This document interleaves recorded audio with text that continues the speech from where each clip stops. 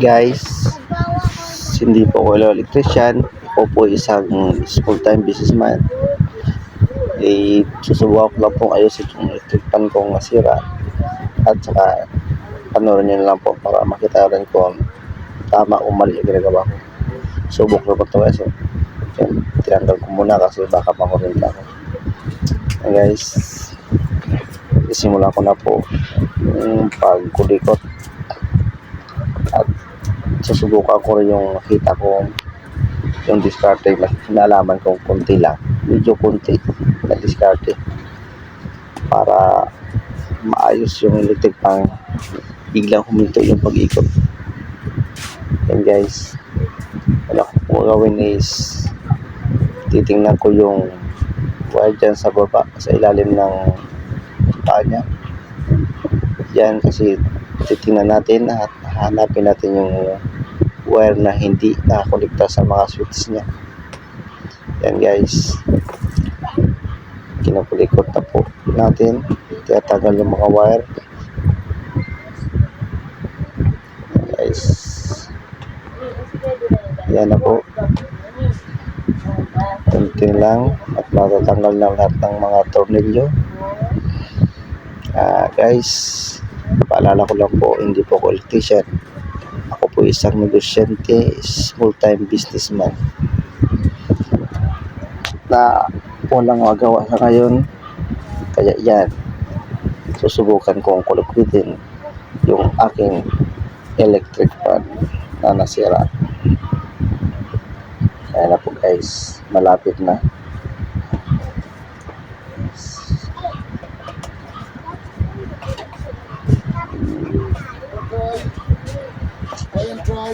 Guys, panoorin niyo po kung paano ko siya paikutin ulit. Susunod lang po kung anong gagawin ko. Pwede nyo gayahin para dito makatipid na rin po kayo sa mga babayad sa mga electrician, kasi madali na maayusin yung mga ganyang bagay. Experience lang sa akin, hindi ako electrician experience lang po yan. Tsaka hindi naman po ako nagpapabayad, kasi lahat ng ginagawa ko patsamba lang. Ayan na po guys, napusa ko na po yung paan ng electric fan. Hanapin po natin yung wire na hindi ako ito sa mga switch nya.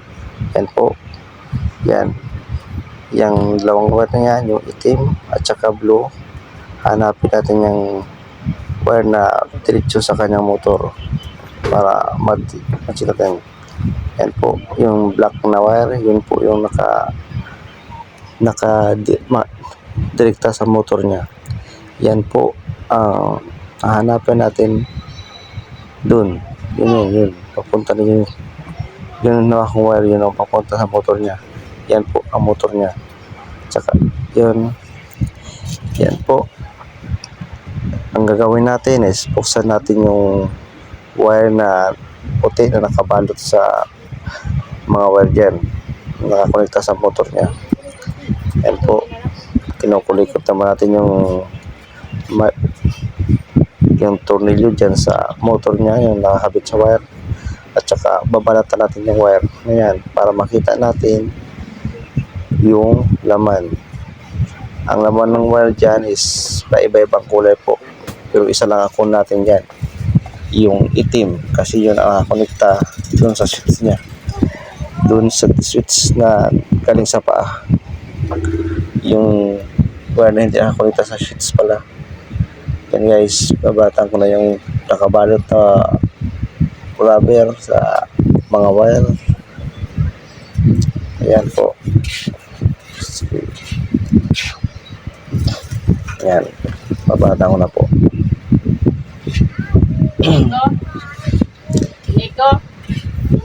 Yan po guys, yan.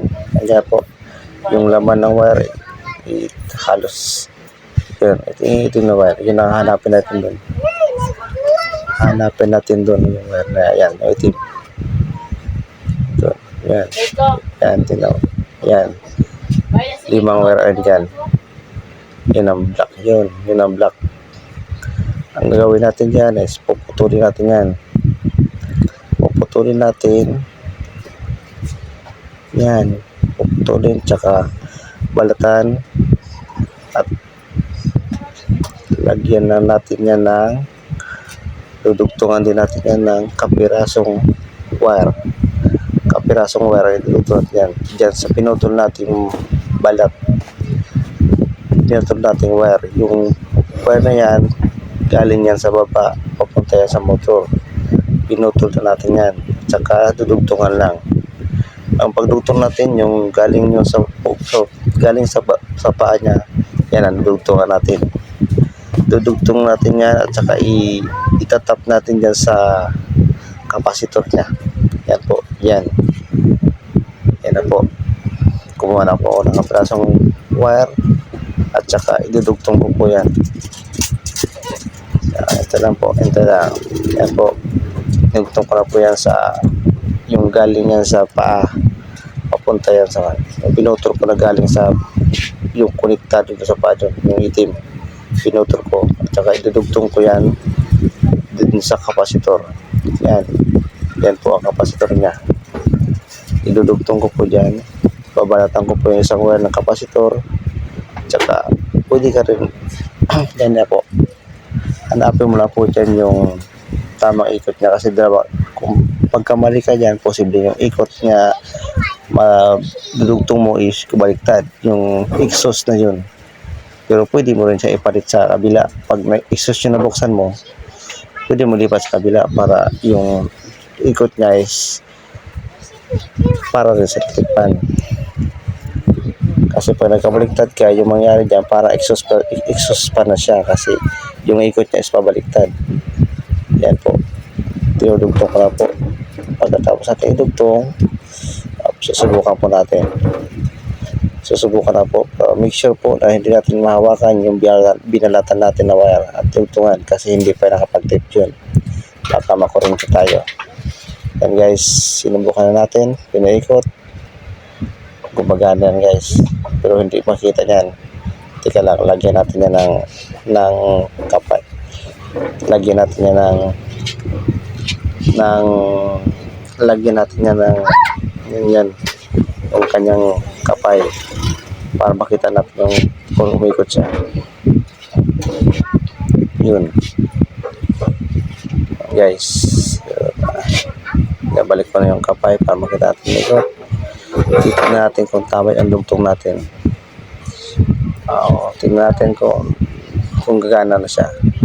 Simple naman yan eh. Kung gagana siya, hindi. Tignan natin guys. Yun. Katumpak. Diba guys? Simple lang. Napaka-simple lang. At nakatipid ka pa. Diba?